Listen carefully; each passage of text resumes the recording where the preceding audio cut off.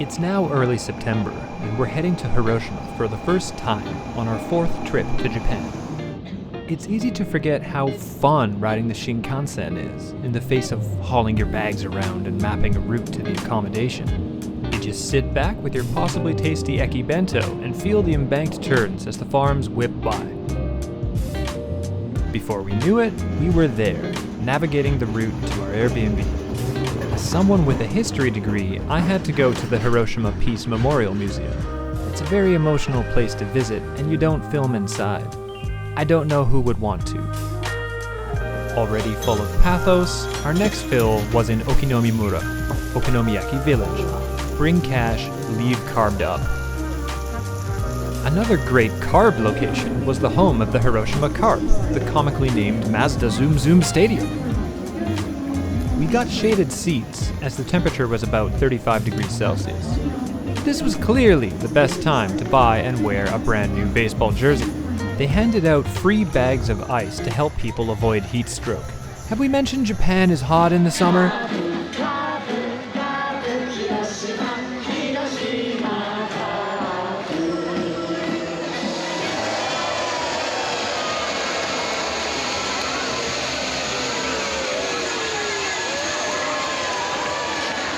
Sing the song, release the balloon. Japanese baseball, everyone. Our second longer stay destination was Fukuoka, which is also called Hakata, one of those castle town, port town things you see pop up in history. We used it as our base to sightsee all over northern Kyushu. It was also summer Matsuri season, which meant it was always snack time. Kind of wishing I had one of these as I do this edit. Yeah, I do. We caught the local team, the Hawks, and actually thought to film ourselves. Something we got a little bit better at as the trip went on. You can feel the humidity on your skin even if you avoid the rain. Who am I kidding? You 100% cannot avoid the rain in the summertime in Japan. We got a regional rail pass and used it to visit Nagasaki on the fanciest feeling train ever. It was a Kamome, a Seagull-class train. Nagasaki charmed for an afternoon as we took in the obvious historical and occasionally oddly Dutch-infused local sights. Yeah, you heard me, Dutch. After that, it was time to embrace a non-trivial amount of geological peril by visiting Mount Aso, where everywhere you look is inside a volcano because the caldera is that big. For the Kyushu adventures, Net's childhood friend Tangle came along.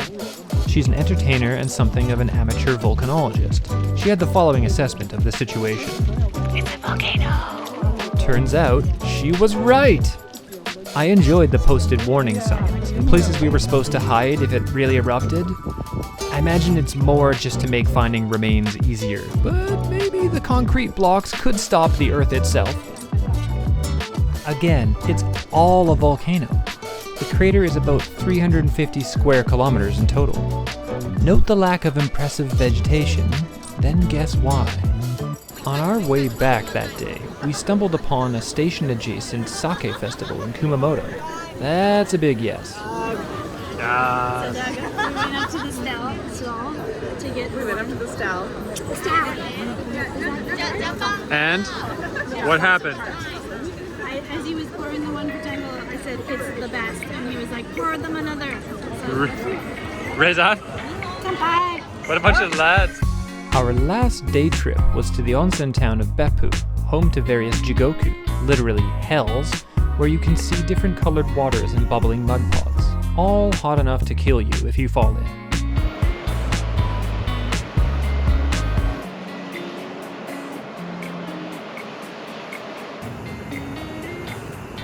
The main reason to visit Beppu are the onsens themselves, where you can nakedly bathe and enjoy some geothermally cooked food. Another quality Asian spa feature present were the hot spring eggs. You see these in Korea too. I've always found them a bit unnerving. I went for a steamer basket containing an indeterminate number of animals, the perfect snack after you've been hanging out naked with the boys. The provided gloves were a nice touch, because it's nice having your skin still attached to you. We did all these outings one day after another. This was tiring, but hey, that's traveling when you're not 23 anymore. It was fun to have Tangle along, the first in a run of friends we met up with on the trip. 5 weeks in Japan is a good chunk of time, but obviously not enough to see beyond a modest piece of it. We've still never even been north of Narita Airport. Getting to spend time in Western Japan was fantastic. There's so much beyond the Kanto and Kansai areas. We will absolutely return to Hiroshima and Beppu, and I declare myself foolish enough to climb Fuji again. I'm considering starting near the bottom and doing the classic overnight stay near the top. It's supposed to be a little uncomfortable, but earplugs, strong zero, I'd get it done. My bout with altitude sickness aside, I found the challenge just about right as a youngish, tallish person. What about you, Nat? Fair enough, I guess. Country number 1 of the trip was in the books.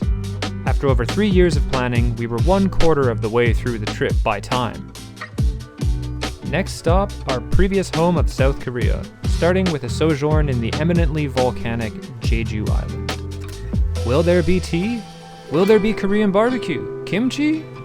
Will all the long-held plans continue to go off without a hitch? It's the land of morning calm. It's the old neighborhood. Join us, won't you?